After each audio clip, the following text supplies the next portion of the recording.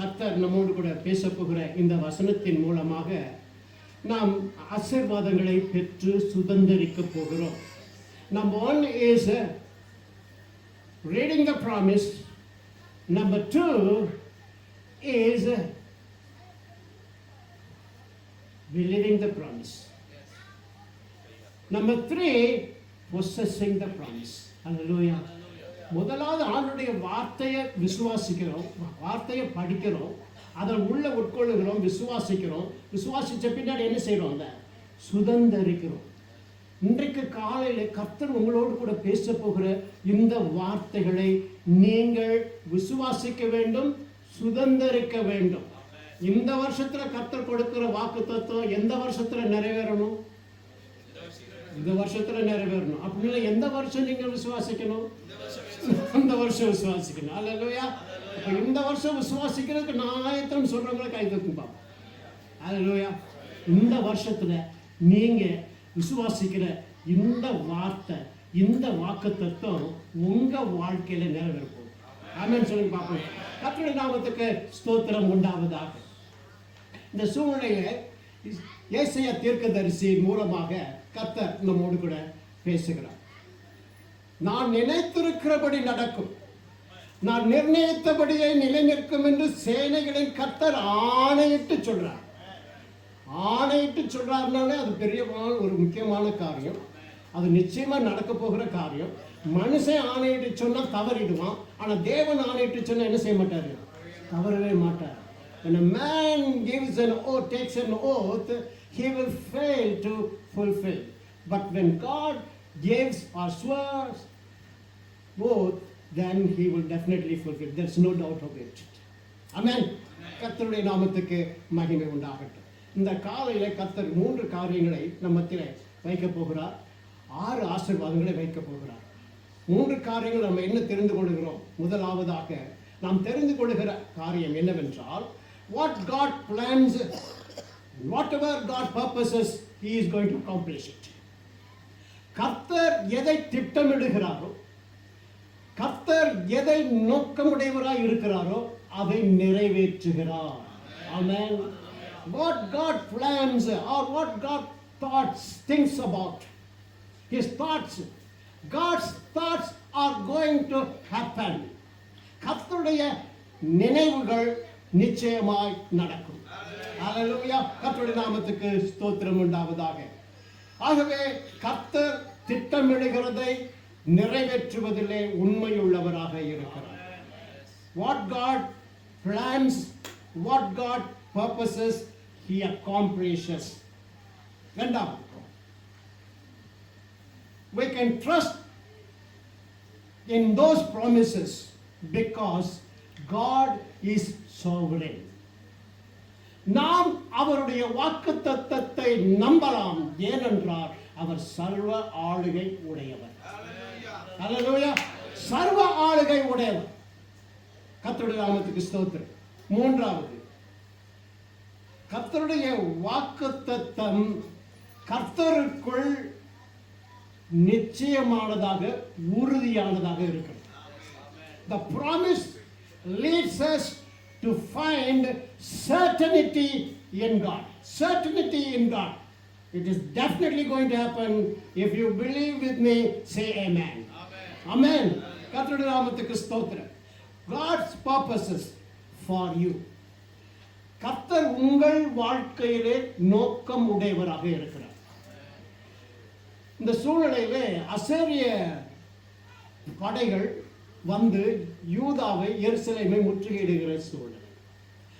யூத மக்கள் கர்த்தருக்கு பிரியமில்லாமல் வாழ்ந்து பின்வாங்கி போன சூழ்நிலையிலே கர்த்தர் அவர்களை திருத்துவதற்கென்று சத்துருக்களை அனுமதிக்கிறார்.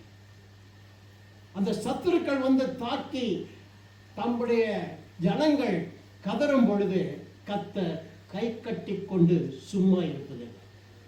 மாறாக அவர் செயல்படுகிறார். ஏனென்றால் தாம் உண்டாக்கின மக்கள் மீது அவர் கண்ணோக்கமாக இருக்கிறார். Hallelujah. It is his own children, Judah, the people of Israel, they are his own children. He won't allow them to perish. அவர்கள் அழிந்து விடுவதற்கு கர்த்தர் அனுமதிப்பதில்லை.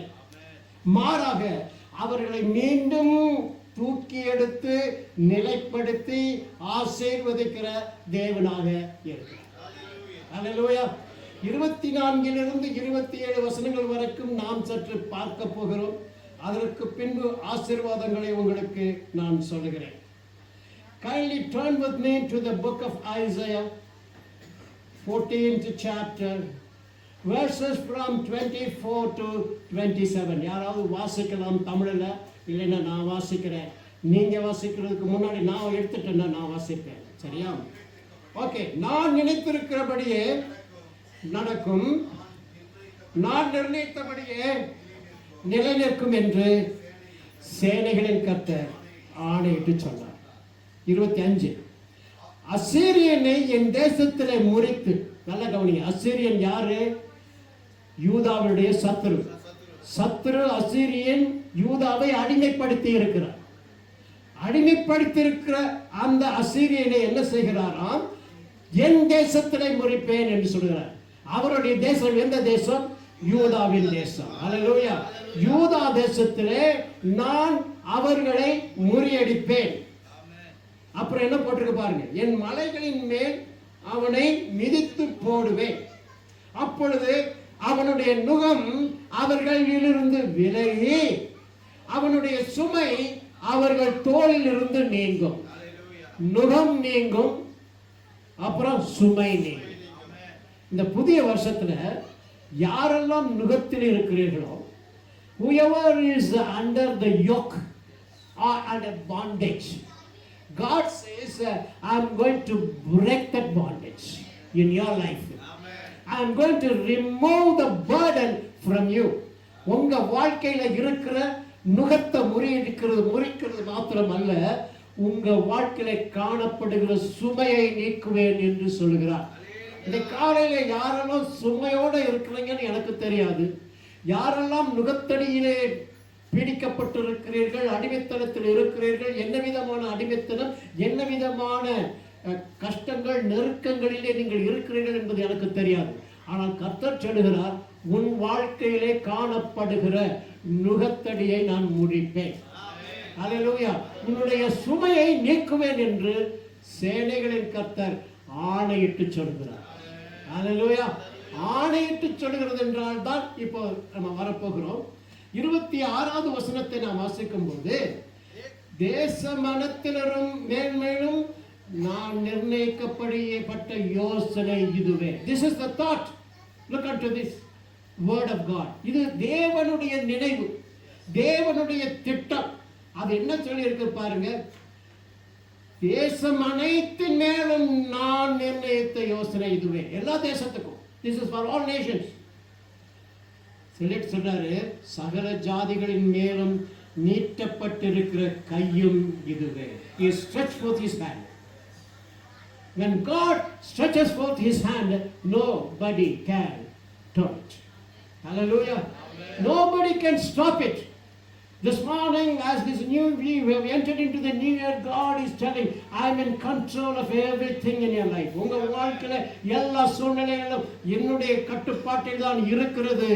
ஆகவே என்னை மீறி உன் வாழ்க்கையில எதுவும் நடப்பதில்லை என்று கர்த்தர் சொல்றார். Hallelujah. When God says it in the 27th verse, சேனைகளின் கர்த்தர் இப்படி நிர்ணயித்திருக்கிறார். சேனைகளின் கர்த்தர், Lord of hosts, has thought about like this. What is that? யார் அதை வியத்தமாக்குவான்? Who can cancel it? When God has purposed something to do in your life, nobody can cancel it. தேவன் உங்கள் வாழ்க்கையில ஒரு நோக்கத்தை உடையவராக இருக்கும் பொழுது, அந்த நோக்கத்தை யாராவது மாற்றி அமைக்க முடியுமா என்றால் முடியாது. கர்த்தருடைய நாமத்துக்கு ஸ்தோத்திரம். அவருடைய கை நீட்டப்பட்டிருக்கிறது, யார் அதை திருப்புவான்? ஆமென் சொல்லுங்க பார்ப்போம். கர்த்தருடைய கை நீட்டப்பட்டிருக்கிறது எதற்காக அப்படின்னு தான் நம்ம பார்க்க போறோம். கர்த்தர் ஆணையிட்டு சொன்னார்னா என்ன அர்த்தம் சற்று நம்ம பார்க்க போறோம். கர்த்தருடைய வார்த்தைக்கு நேராக நாம் செல்லுவோம். கர்த்தர் ஆணையிட்டு சொல்கிறார் ஒரு காரியத்தை என்றால், அதிலே கர்த்தர் சொல்லுகிறது நிச்சயமாய் நிறைவேறும் என்று அர்த்தம். கர்த்தருடைய நாமத்துக்கு ஸ்தோத்திரம். முதலாவது கர்த்தர் சொல்கிறதை பார்த்தீர்கள் என்றால் ஆதியாகமத்தின் புஸ்தகம் 22ஆம் அதிகாரம் 16, 17, 18 வசனங்களிலே நாம் ஒன்றை குறித்து தெரிந்து கொள்ளலாம். என்னவென்றால், தேவன் ஆணையிட்டு சொல்கிறார் ஒரு காரியத்தை என்றால் அது ஒரு ஆசீர்வாதத்தின் ஆணை. ஆமென் சொல்லுங்க பாப்போம். When God swears by an oath, it is an oath of blessing. ஆமென் சொல்லுங்க. இது தேவன் கொடுக்கிற ஒரு ஆசீர்வாதத்தின் ஆணை. தேவன் கொடுக்கிற ஆசீர்வாதத்தின் ஆணை. இந்த ஆசீர்வாதத்தின் ஆணையை நாம் எங்கு பார்க்கிறோம் என்றால், பாருங்க, இந்த 22ஆம் அதிகாரம் ஆதியாகமத்துக்கு வந்து நாம் பார்த்தோம்னா 16வது வசனத்தை மட்டும் வாசிக்கலாம் சீக்கிரமாக.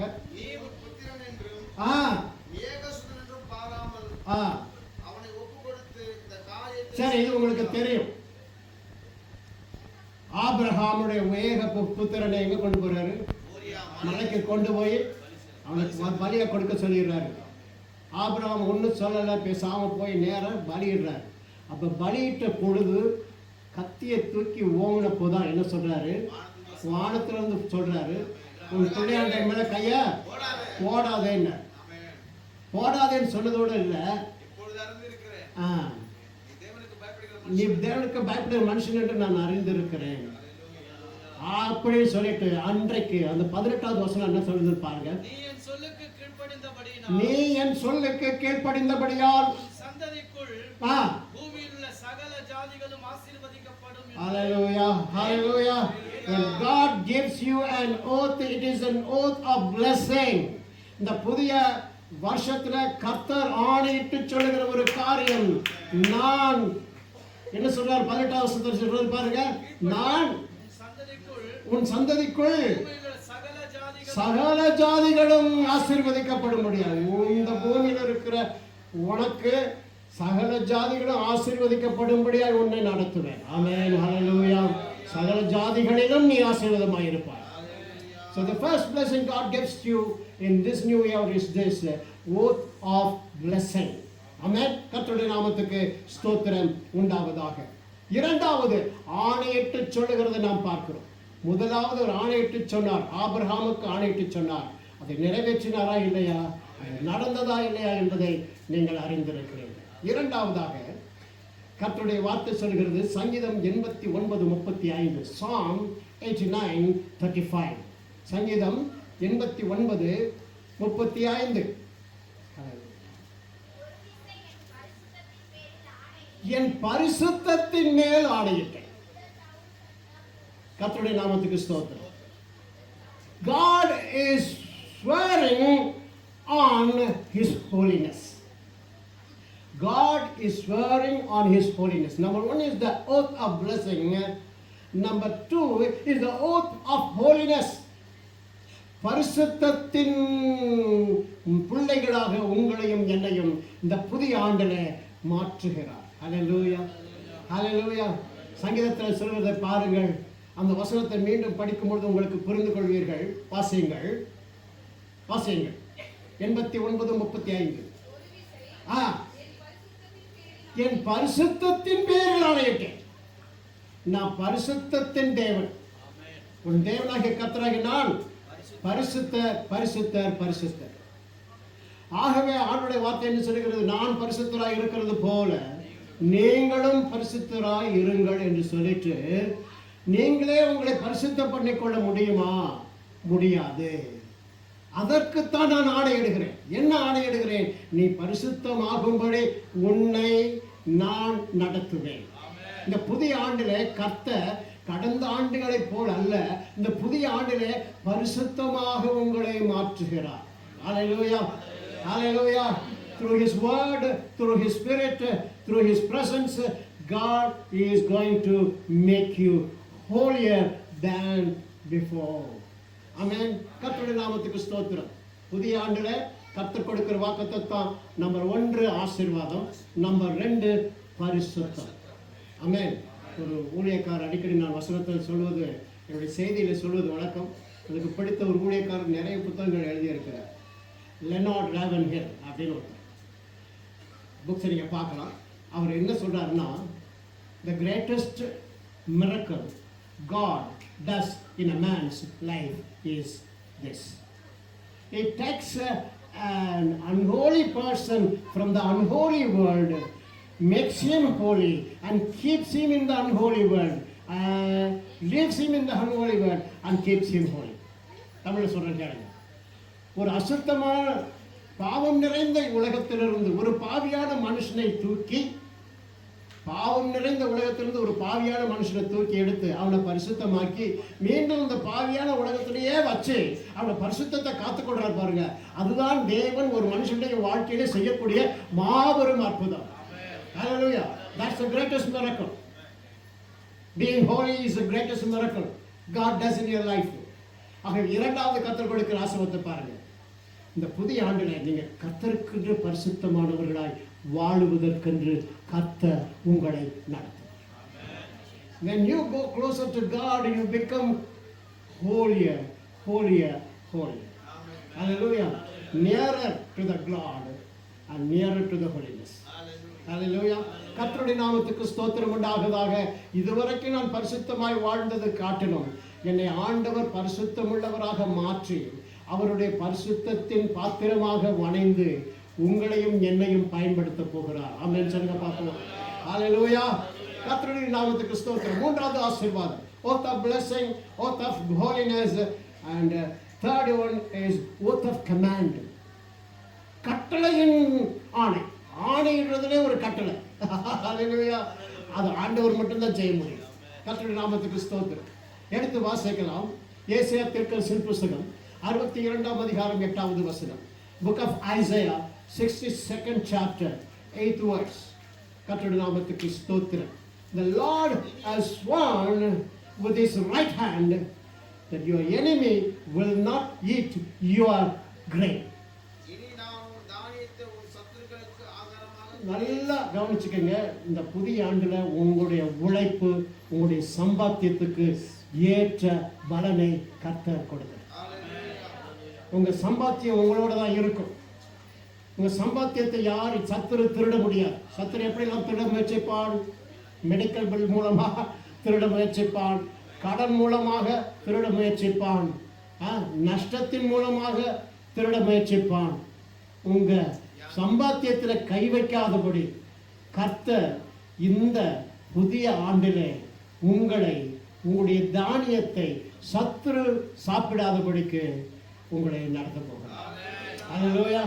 So what all the labor you have, you are doing is going to be fruitful, and the enemy is not going to enjoy your fruitfulness. Hallelujah. கர்த்தருடைய நாமத்துக்கு ஸ்தோத்திரம் உண்டாவதாக. மூன்றாவது blessing, oath of command. என்ன சொல்றாரு அந்த வசனத்தை மறுபடியும் வாசிக்கலாம். இனி நான் உன் தானியத்தை உன் சத்துருக்களுக்கு இதுவரைக்கும் அப்படின்னு அர்த்தம். இதுவரைக்கும் இல்ல, இனி நான். ஆமென். நல்லா கவனிச்சுக்கங்க. உன் சத்துருக்களுக்கு ஆகாரமாக கொடுக்க மாட்டேன். உன் தானியத்தை நீ தான் சாப்பிடணும். உன் உழைப்பை நீ சாப்பிடணும். நீ உழைக்கிற உழைப்பு உனக்கு ஆசீர்வாதமாக இருக்கணும். ஆமென் சொல்லுங்க பார்ப்போம். Hallelujah. So you will not have medical bills. Amen. How many of you say amen with me? Hallelujah. கர்த்தருடைய நாமத்துக்கு ஸ்தோத்திரம். அதுக்கு இது ஒரு உதாரணத்துக்கு தான் சொல்றேன். கர்த்தாவே ஸ்தோத்திரம். நான்காவதாக கர்த்தர் கொடுக்கிற ஆசீர்வாதம், oath of fulfillment. நிறைவாகுதலின் ஆணையிட்டு. நிறைவு, அதாவது சொன்னதை நினைச்சதை செஞ்சு முடிக்கிற தேவை. அமைச்சர் அவர் நினைச்சிட்டார்னா நினைச்சதுபடி நிச்சயமா நடக்கும். நீங்க லூக்கா எழுதின சுவிசேஷம் 1ஆம் அதிகாரம் 72, 73 நாம் வாசிக்கலாம். Luke 1st chapter 72nd verse and 73rd verse. 72, 73. தம்முடைய பிதாவாகிய ஆபிரகாமுக்கு இட்ட ஆணையை நிறைவேற்றுகிறார். நல்லா கவனிச்சுக்கங்க. பிதாவாகிய ஆபிரகாமுக்கு இட்ட ஆணையை அவர் நிறைவேற்றுவதற்கு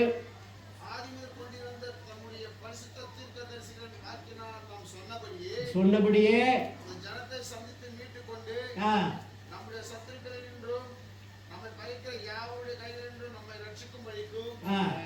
நம்முடைய தாசனாகிய தாவீதின் வம்சத்திலே நமக்கு ஒரு இரட்சணிய கொம்பை ஏற்படுத்தினார். தகப்பனாகிய தாவீதின் வம்சத்திலே ஒரு இரட்சணிய கொம்பை ஏற்படுத்தினார். ஹல்லேலூயா.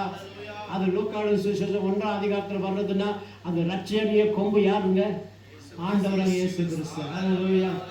ஆகவே இந்த புதிய வருஷத்துல அவருடைய ரட்சிப்பின் சந்தோஷத்தை நீங்கள் அனுபவிப்பீர்கள். ஹல்லேலூயா. ஆணையிட்டு கர்த்தர் சொல்லுகிறார், அவருடைய ரட்சிப்பின் சந்தோஷம் உங்களுக்குள்ளே நிறைவாய் இருக்கும்படியாய் அவர் ஆணையிட்டு சொல்லுகிறார். ஹல்லேலூயா. கர்த்தருடைய நாமத்துக்கு ஸ்தோத்திரம். 5வது ஆசீர்வாதம், oath of confirmation. அவருடைய ஆணையிட்டு சொல்லுகிறதுல உறுதிப்பாடை கொடுக்கிறார். அது உறுதி பண்ணுகிறார். எப்படி உறுதி பண்றார் தெரியுமா? எடுத்து வாசியுங்கள். எபிரேயருக்கு நிருபம் 6ஆம் அதிகாரம் 14வது வசனம். Hebrews 6th chapter 17th verse. நிச்சயமாகவே நான் உன்னை ஆசீர்வதிச்சு பெருகவே பெருகப்படும். நல்லா கவனிங்க. oath of confirmation. ஆசீர்வதிப்பேன்னு சொல்லல. 17. அந்தபடி தேவன் வாக்குத்தத்தம் பண்ணப்பட்டவர்களை சுதந்தரித்துக் கொள்வதற்கு நமது ஆலோசனையின் மாறாத நிச்சயம் கான்ஃபர்மேஷன். அவருடைய வார்த்தை நிச்சயமாய் உங்கள் வாழ்க்கையில நிறைவேறும் என்பதற்கு அவர் கான்ஃபர்மேஷன் கொடுக்கிறார், ஒரு உறுதிப்பாடு கொடுக்கிறார். அதுதான் அந்த ஆணை. ஹல்லேலூயா. அந்த ஆணையின்படி கர்த்தர் உங்களுக்கு ரட்சிப்பின் சந்தோஷத்தை கொடுத்து உங்களை மகிழ்ச்சியினாலே இடை கட்டும். ஹல்லேலூயா. கர்த்தருடைய நாமத்துக்கு ஸ்தோத்திரம். முக்கியமானது ஒன்று, அதுதான் இந்த வசனம். எந்த வசனம்? ஏசாயா தீர்க்கதரிசன புத்தகம் 14ஆம் அதிகாரம் 24வது வசனம். ஹல்லேலூயா.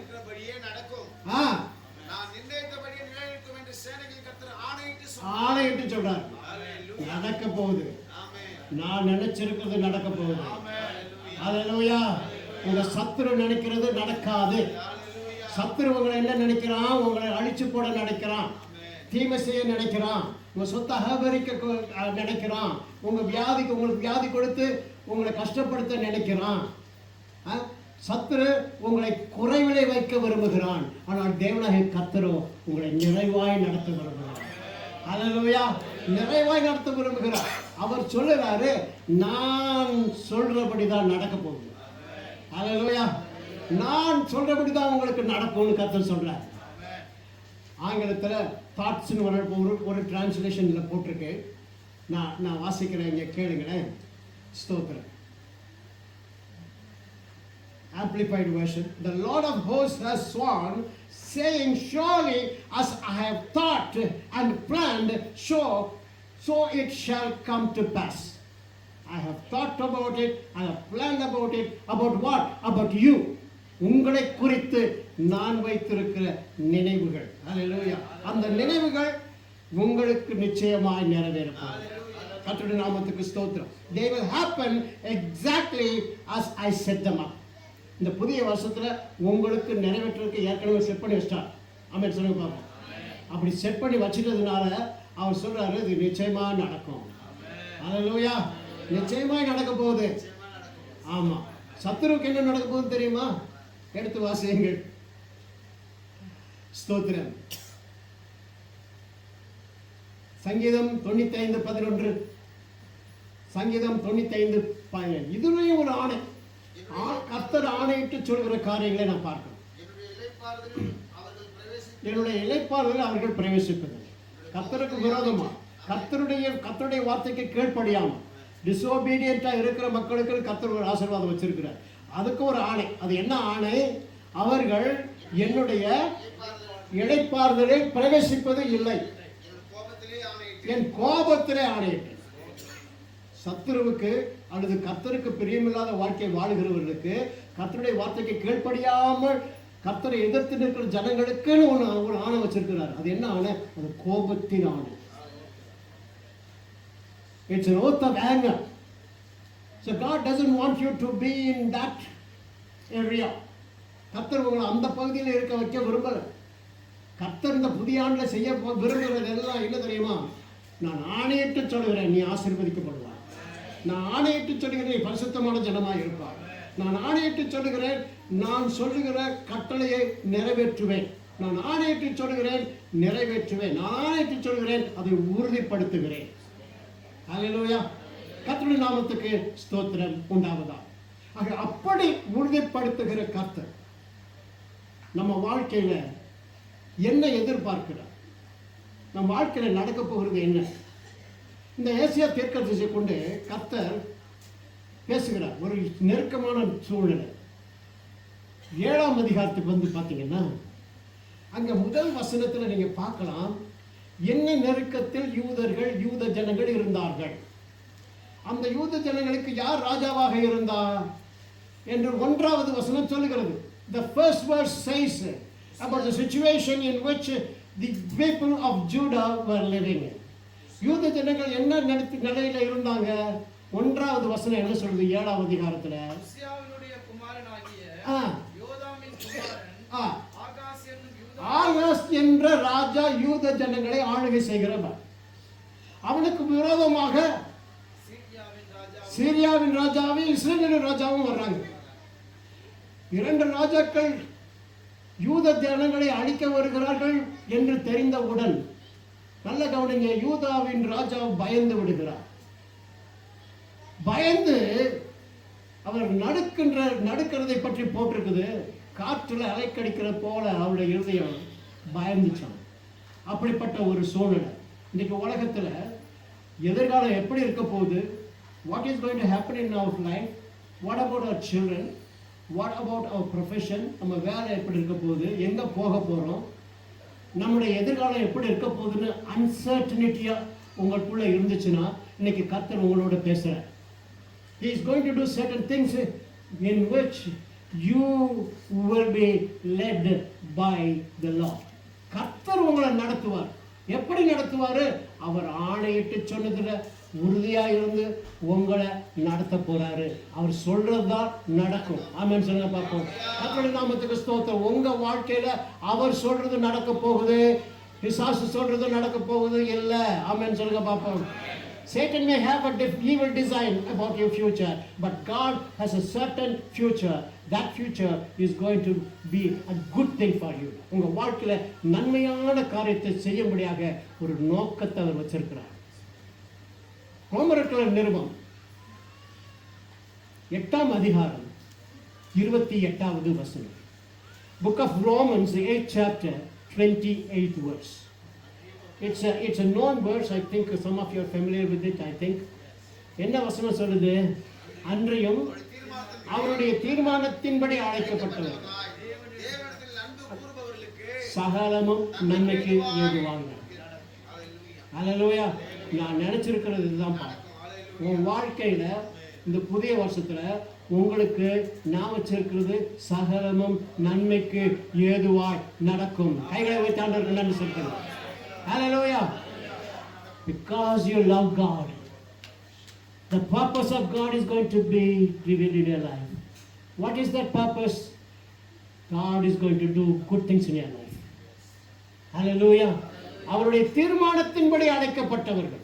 That means what? Those who are called according to His purpose.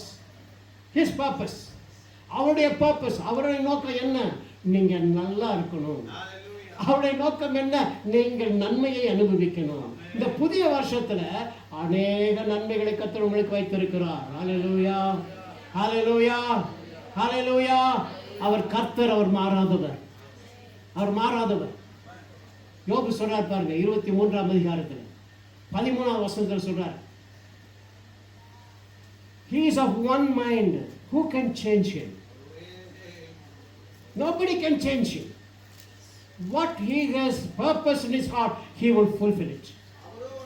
அவரோ என்றால் ஒரே மனசுதான். எல்லாரும் சொல்லுங்க பார்ப்போம். அவருக்கு ஒரே மனசு. யாருக்கு? ஆண்டவருக்கு. ஆண்டவருக்கு ஒரே மனசு. பக்கத்துல பார்த்து சொல்லுங்க, ஆண்டவருக்கு ஒரே மனசு தான். அந்த மனசு என்ன தெரியுமா? உங்களை பிளஸ் பண்ணுது, உங்களுக்கு நன்மை செய்யறது. இந்த புதிய வருஷத்துல நீங்க தீமையை காண மாட்டாங்க, நன்மை தான் உங்களுக்கு வருது. உண்மையா விசுவாசிக்கிறவங்க கைகளை வைத்து ஆமென் சொல்லுங்க. You are not going to face evil days. But God is going to do something good in your life.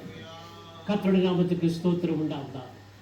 அவர் அப்படி செய்யும்போது அவர் என்ன நினைக்கிறார்? அந்த ஏழாம் அதிகாரத்தில் ஏசாயா தீர்க்கதரிசி புத்தகத்தில் பார்த்தீங்கன்னா, இந்த வந்தாங்களே சத்துருக்கள் எதிராக வந்தாங்கல்ல, அவங்களெல்லாம் கர்த்தர் என்ன செஞ்சார்? அழிச்சு போட்டார். யூத ஜனங்களையும் காப்பாற்றினார். அல்லேலூயா. கர்த்தருடைய நாமத்துக்கு ஸ்தோத்திரம் உண்டாவதாக.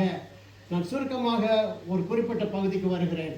அந்த பகுதியில் கர்த்தர் உங்களோட பேசுவார் என்று நான் விசுவாசிக்கிறேன். 7ஆம் அதிகாரம் 14வது வசனத்தில் என்ன போட்டிருக்கு? ஏசாயா தீர்க்கதரிசி புத்தகத்தில் உங்களுக்கு தெரிஞ்ச வசனம். நம்ம கிறிஸ்துமஸ் சமயத்தில் ரொம்ப அதிகமாக வாசித்து இருப்போம். என்ன வாசித்து இருக்கோம்? ஆதலால் ஆண்டவர் தாமே உங்களுக்கு ஒரு அடையாளம் கொடுப்பார். நல்லா கவனிச்சுக்கங்க. ஆகாஷ் ராஜா ரொம்ப நெருக்கத்தில் இருக்காரு பார்த்தீங்களா? அப்ப தீர்க்கதரிசியை அனுப்பி அந்த ஆகாஷ் ராஜாட்ட பேசுறார். நெருக்கத்தில் இருக்கிற உங்கள்கிட்ட என்ன நெருக்கத்தில் இருக்கிறீங்கன்னு எனக்கு தெரியாது. ஆனால் இன்னைக்கு ஒருவேளை நீங்கள் ஒரு கண்ணீரில் பள்ளத்தாக்கில் கடந்து போய்கிட்டு இருக்கலாம். ஆனால் கர்த்தர் சொல்றாரு, அந்த தீர்க்கதரிசியை அனுப்பிச்சு முதல் வார்த்தை என்ன சொல்றாரு? பயப்படாதீங்க, பயப்படாத. நீ இந்த நெருக்கத்திலிருந்து உள்ள போக போறதில்லை, வெளியில வர போற. ஹல்லேலூயா, ஹல்லேலூயா அப்படின்னு சொல்லிட்டு அந்த தீர்க்கதரிசி மூலமா ஆகாஷ் ராஜா கிட்ட சொல்றாரு, நீ ஒரு அடையாளத்தை கேளு, நீ பயப்படாத, நான் நினைக்கிறதா நடக்கும். சத்துரு இருக்கிறானே, அவன் வந்திருக்கான் பாரு, அவன் உன் மேல கை போடுறது இல்லை, அவன் சொல்றது செய்யறது வாய்க்காது, நான் சொல்றதுதான் நடக்க போகுது அப்படின்னு சொல்லிட்டு நீ வேணா ஒரு அடையாளத்தை கேளன்ற. ஆனா ராஜா என்ன சொல்ற? நான் கேட்க மாட்டேன். அடையாளத்தை கேட்கணுமா? தீர்க்கதரிசியே அவனுடைய வார்த்தையை கொண்டு வந்து கொடுத்துட்டாரு. அந்த வார்த்தையை நான் விசுவாசிக்கணுமே. ஆகவே எனக்கு அடையாளம் தேவையில்லைன்றாரு. அப்ப சொல்றாரு, கர்த்தர் தாமே உனக்கு ஒரு அடையாளம் கொடுக்கும். நீ அடையாளம் தேவையில்லைன்னு சொல்லிட்ட, ஆனால் அடையாளத்தை நான் கொடுக்குறேன். ஹல்லேலூயா. இன்றைக்கு இந்த புதிய ஆண்டில் நீங்கள் ஒருவேளை அடையாளத்தை தேடி வந்திருக்கலாம். இல்லை அடையாளம் இல்லாமல், அடையாளமே எனக்கு தேவையில்லை, கர்த்தர் சொல்கிற வார்த்தையை நான் விசுவாசிக்கிறேன்னு நீங்கள் வந்திருக்கலாம். கர்த்தர் சொன்ன வார்த்தையை நீங்கள் விசுவாசிக்கிறதுனால கர்த்தர் உங்களுக்கு அடையாளத்தையும் கொடுப்பார். எனக்கு தெரியாது என்ன அடையாளம் கொடுக்க போறாரு உங்கள் வாழ்க்கையில், உங்கள் பிள்ளைகள் வாழ்க்கையில், உங்கள் ப்ரொஃபஷனில். ஏதோ ஒன்று ஒரு அடையாளம் கர்த்தர் இந்த வாக்கு தத்தத்தை நிறைவேற்றுறதுக்காக கொடுக்க போறார். Because it's a prophetic word. கர்த்தருடைய வார்த்தை ஒரு அடையாளம் உங்க வாழ்க்கையில நடக்கும். அந்த அடையாளத்தை வச்சு நினைச்சுக்கோங்க, கர்த்தர் பேசினாரு, அதை செய்கிறார். ஹல்லேலூயா. கர்த்தருடைய நாமத்துக்கு ஸ்தோத்திரம் உண்டாவதாக. அந்த அடையாளத்தை என்ன சொல்லுது? அந்த 14 வாசிங்க, 14 மறுபடியும் வாசிங்க. ஆதலால் ஆண்டவர் தாமே ஒரு அடையாளம் கொடுப்பார். ரைட், என்ன அடையாளம்? கன்னி கர்ப்பவதியாகி ஒரு குமாரனுக்கு. அந்த அடையாளம் எப்படி தெரியுமா? இன்னைக்கு இந்த ஆக்ஸ் மிதந்துச்சு பாருங்க, ஆக்ஸ் மிதந்தது மாதிரி ஒரு அடையாளம். நீங்க பார்த்தா ஆச்சரியமா இருக்கும். இது நடக்குமா? உங்க கண் முன்னாடி நடக்கும். ஹல்லேலூயா. உங்க கண் முன்னாடி ஒரு அடையாளத்தை கர்த்தர் கொடுக்கிறார். அந்த அடையாளம் என்னன்னா, கண்ணியே குழந்தை பெறுறார். ஹல்லேலூயா. அந்த கண்ணி குழந்தை பெற்றது ஒரு அடையாளம். உங்க வாழ்க்கையில கர்த்தர் கொடுக்க போறது ஒரு அடையாளம். ஆமென். கர்த்தருடைய நாமத்துக்கு ஸ்தோத்திரம். ஆகையினாலதான் இது ஒரு ப்ராஃபட்டிக் வேர்டு. இது கர்த்தர் கொடுக்கிற தீர்க்க தரிசன வார்த்தை. ஹல்லேலூயா, ஹல்லேலூயா. கர்த்தருடைய நாமத்துக்கு ஸ்தோத்திரம் உண்டாவதாக. அப்படி சொல்லிட்டு அந்த வார்த்தையில என்ன சொல்லி இருக்குது? அந்த 14 முடியும் போது என்ன சொல்லி இருக்குது? அவருக்கு ஒரு இம்மானுவேல் என்ற பெயரிடுவார்கள். உங்களுக்கு தெரியும், இம்மானுவேலுக்கு அர்த்தம் சொல்ல வேண்டியதே இல்லை. கர்த்தர் உங்களோட இருப்பாருங்கிறது கிடையாது. இந்த புதிய வருஷத்துல இம்மானுவேல் உங்க கூட இருப்பார். எப்படி இந்த அடையாளம் நிறைவேறும்? எப்படி கன்னியுடைய வயிற்றுல குழந்தை பிறக்கும்? அது ஒரு அடையாளம் இல்லையா? அந்த அடையாளத்தை போல கர்த்தர் சொல்றாரு, உங்க வாழ்க்கையில நடக்கும். அது நடக்கும். எப்படி நடக்கும்? கர்த்தர் கூட இருக்கிறதுனால நடக்கும். ஹல்லேலூயா. இம்மானுவேல் என்றால் கர்த்தர் நம்மோடு. கர்த்தர் நம்மோடு இருக்கணும் இல்லையா? அப்ப கர்த்தர் நம்மோடு கூட இருந்தால் அடையாளம் நடக்கும். கர்த்தர் நம்மோடு கூட இருந்தால் அவர் சொல்றது நடக்கும். நம்ம வாழ்க்கையில நடக்கணும்னா கர்த்தர் நம்ம கூட இருக்கணும். ஆமென் சொல்லுங்க பாப்போம். How many of you believe that when God is with us, anything He can do in our life? Hallelujah. எரேமியா தீர்க்கதரிசி புத்தகம் 32 அதிகாரம் 27வது வசனம் உங்களுக்கு தெரிஞ்ச வார்த்தை நினைக்கிறேன். இதோ நான் மாம்சமான யாவருக்கும் தேவனாகிய கர்த்தர் என்னாலே செய்யக்கூடாத அதிசயமான காரியம் ஒன்று உண்டோ. Behold, I am the Lord of all flesh, God of all flesh. Is there anything too hard for me? God says, is there anything too hard for me? கர்த்தர் சொல்றாரு, என்னால செய்யக்கூடாத அதிசயமான காரியம் ஒன்று உண்டோ. உன் வாழ்க்கையில நடக்கும் அதிசயம். இந்த புதிய வருஷத்துல உங்க வாழ்க்கையில நடக்கும் அதிசயம். அல்லேலூயா. அடையாளத்தை சொல்றாரு. அங்க அடையாளம் கொடுத்தவர் இங்கே ஒரு அடையாளத்தை சொல்றாரு. அதோட கூட அவர் கூட இருந்தா எல்லாம் நடக்கும் தானே. இந்த புதிய வருஷத்துல கர்த்தர் என் கூட இருக்கணும்னு விரும்புறவங்கள சொல்லுங்க பாப்போம். கர்த்தர் என் கூட வரணும். அதாமே உனக்கு முன்பாக சொல்றார் போறேன்னு சொன்னார்ல, உன்னை விட்டு விலக மாட்டேன், உன்னை கைவிட மாட்டேன்னு சொன்னார்ல, அந்த கர்த்தர் உங்களோடு வருகிறார். அவர் வரணும், அவர் உங்க கூட இருக்கணும்னா நம்ம என்ன செய்யணும்? அதைத்தான் இப்போ சற்று பார்க்க போறோம். சரியா? 2 நாளாகமத்தின் புத்தகம் 15ஆம் அதிகாரம். 2 நாளாகமத்தின் புத்தகம், book of 2 Chronicles 15th chapter 2nd verse. 2வது வசனத்தை வாசிக்கலாம்.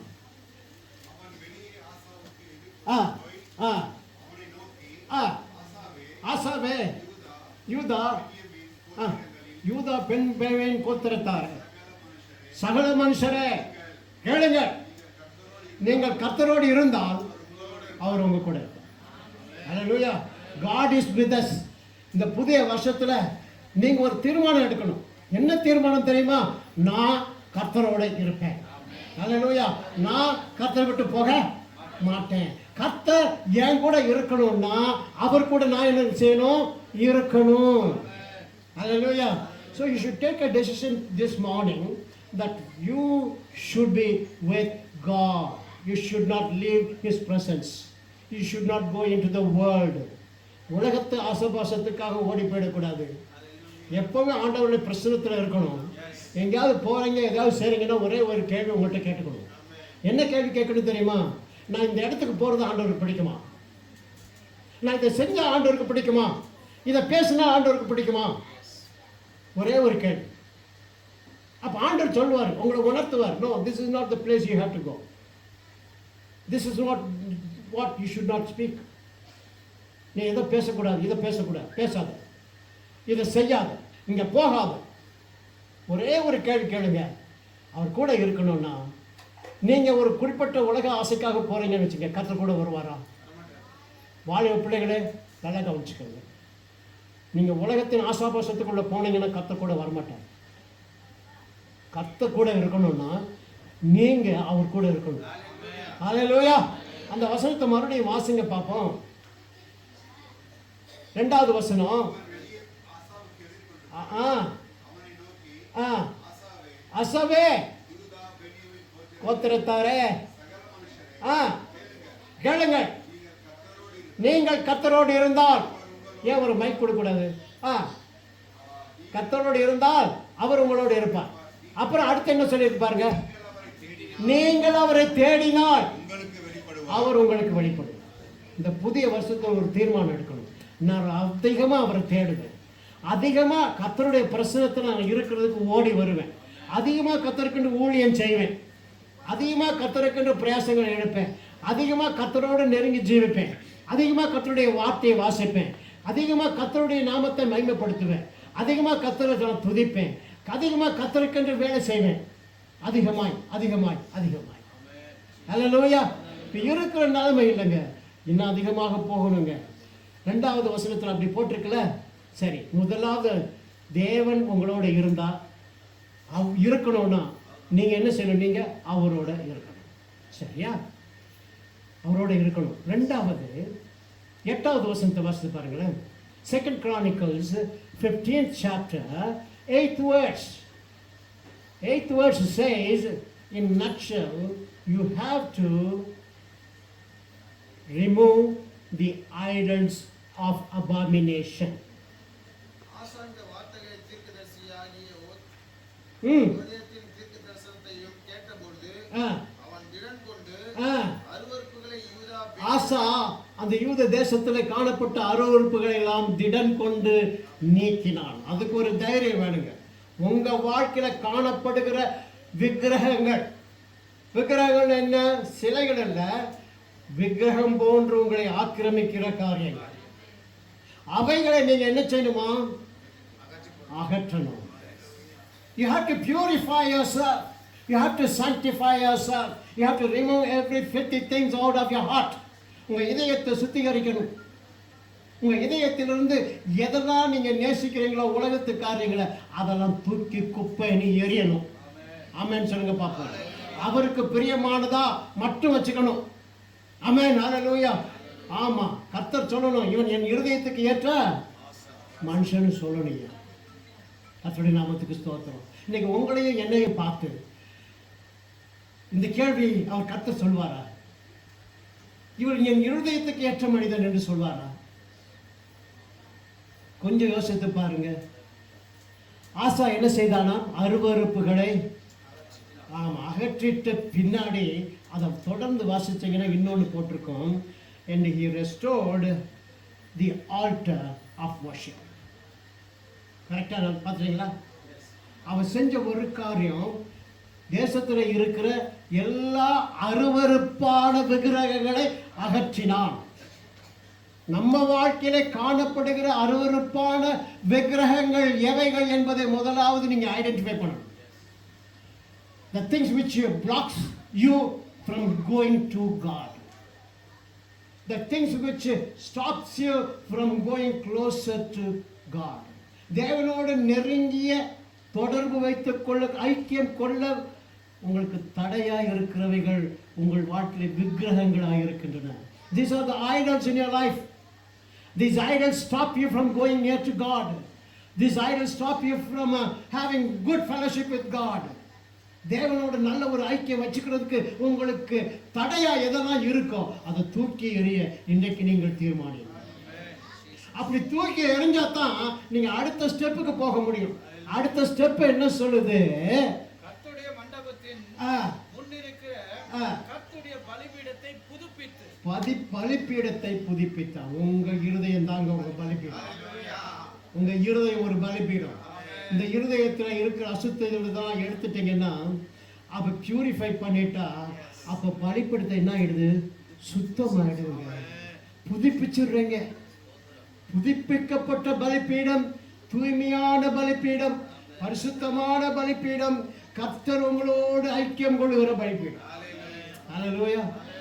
So when you give yourself to build up your altar, you have your altar. Every one of us have our own altar. நம்ம ஒவ்வொருத்தருக்கும் ஒரு பலிபீடம் இருக்குது. ஆமென் சொல்லுங்க பாப்போம். என்னுடைய பலிபீடம் தான் எனக்கும் ஆண்டவருக்கு இடையில இருக்க நட்பை, ஐக்கியத்தை குறிக்கிறது. I have a special moment with God, fellowship with God. It is personal completely. கூட்டத்தில் இருக்கலாம், ஆனால் தனிமையாக இருக்கலாம். உங்களுக்குள்ள ஆண்டவருக்கும் உங்களுக்கும் இருக்கிற ஐக்கியம் எப்படி இருக்கு? தூய்மையானதா இருக்கா? இல்ல நிறைய குப்பைகளும் சேர்ந்து அவரோட ஐக்கியம் பண்றது தடையாக்குதா? அவருடைய வெளிச்சத்துக்குள்ள வர்றதுக்கு கஷ்டமா இருக்கா? கண் உங்களுக்கு இருளான காரியத்தில் இருக்கீங்களா? Just think about it. உங்களை நினைச்சு பாருங்க. அவன் செய்த இரண்டாவது காரியம் என்ன செஞ்சானா? இருதயத்தில் அவன் பலிபீடத்தை கட்டினான், புதுப்பிச்சான். renew, restore the worship of God in your altar. Your altar should be sanctified. Your altar should become pure, so that the pure God can come and dwell in you. அந்த பரிசுத்தமான தேவன் உங்க சுத்தமான இதயத்துக்குள்ள வாசம் செய்யணும்ல. அப்ப வாசம் செய்யணும்னா என்ன செய்யணுங்க? பரிசுத்தமா இருக்கணுமா இல்லையா? ஹல்லேலூயா. அந்த பரிசுத்தத்தில் ஆண்டவர் உங்களை அழைக்கிறார். Number 1, you should be with God. கர்த்தர் நீங்க அவரோடு இருந்தா உங்க கூட இருப்பார். ரெண்டாவது கர்த்தர் என்ன சொல்றாரு? அருவருப்பை அகற்றி இதை பலிபீடத்தை புதுப்பிச்சுக்கோ என்றால் உன் தேவனாகிய கர்த்தர் நான் மாறாதவர், நான் பரிசுத்தமான தெய்வம். ஆமென் சொல்லுங்க பாப்பா. வெஸ்லி மேக்ஸ்வெல்னு ஒரு ஊழியக்காரர், அவர் ஒரு பாடல் எழுதியிருக்கிறார். அந்த பாடல் என்ன சொல்ல பாட போகிறதுக்கு தயவுசெய்து நேரம் இல்லை, நான் அப்படி போவோம். அந்த பாடலில் சேனைகளின் கர்த்தர் பரிசுத்தர் அப்படின்னு சொல்லிட்டு எல்லாவற்றிலும் மேலான என்று வரும் அந்த பாட்டு. ஓகே, அந்த பாட்டில் ஆண்டவர்னு வராது, இயேசுன்னு வராது, அல்லேலூயான்னு வராது. அவர் ஒரு சுவையான இன்சிடென்ட் சொன்னார். என்ன சொன்னார்னா, ஒரு ஊழியக்காரர் சொன்னார், கோயம்புத்தூரில் ஒரு ஹிந்து ஸ்கூல். ஓகே, அந்த ஹிந்து ஸ்கூலில் ஒரு ஃபங்க்ஷன், வெளியிலிருந்து அதிகாரிகள்லாம் வர்றாங்க. அங்கே ஒரு கிறிஸ்துவ பையன் இருக்கான். அந்த பையன்கிட்ட இந்த ஆசிரியர் கூப்பிடுறாரு, நீ நல்லா பாடுவதானே, நீ உங்கள் கடவுள் பாட்டு பாடி தான் நான் கேட்டிருக்கேன்.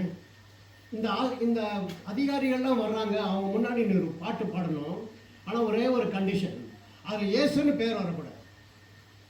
ஓகே, ரெண்டாவது அல்லேலூயான்னு பேர் வரக்கூடாது. இப்படிலாம் இல்லாமல் நீ ஒரு பாட்டு பாட முடியுமான்னு கேட்டார். அவன் சரி நான் பாட்டு பாடுறேன்ட்டான். பாட்டுனா எந்த பாட்டு பாட்டுனா இந்த வெஸ்லி மேக்ஸ்வெல் எழுதிய இந்த பாட்டு, எல்லாவற்றிற்கும் மேலான அப்படின்னு சொல்லிட்டு. அந்த வசன வார்த்தைகள் உங்களுக்கு தெரியுதா? எனக்கு எத்தனை பேருக்கு தெரியும் அந்த வார்த்தை? அந்த வார்த்தையில் இயேசுன்னு பேரே வராது, அந்த வார்த்தையில் அல்லேலூயானே வராது அந்த பாடலில். இவன் நான் பாடுறேன்னு சொல்லிட்டு பாடிட்டான். பாடி முடித்த பிறகு அந்த ஆசிரியர் கூப்பிட்டுட்டு நான் அதெல்லாம் உன்கிட்ட ஏற்கனவே சொன்னேன்ல, நீ அப்படிலாம் பேசக்கூடாது, பாடக்கூடாதுன்னு சொன்னேன்ல, நீ ஏன் பாடுன அப்படின்னு கேட்டார். அதுக்கு அந்த பையன் சொன்னான், நீங்கள் என்ன சொன்னீங்க? இயேசுன்னு பேர் வரக்கூடாதுன்னு சொன்னீங்க, அல்லேலூயான்னு வரக்கூடாதுன்னு சொன்னீங்க. அதில் நான் பாடின பாட்டில் இயேசு வரல, அல்லேலூயா வரல அப்படின்னு அவன் சொன்னான். அதுக்கு அவர் சொன்னார், அதெல்லாம் விட்டுட்டப்பா, அந்த பரிசுத்தர்னு சொல்லிவிட்டேன். அந்த பரிசுத்தர்னா ஆண்டவர் இயேசு ஒருத்தர் தானேப்பா பரிசுத்தர்னு அவர் சொன்னாராம். அல்லேலூயா. பரிசுத்தர், சேனைகளின் கர்த்தர் பரிசுத்தர்.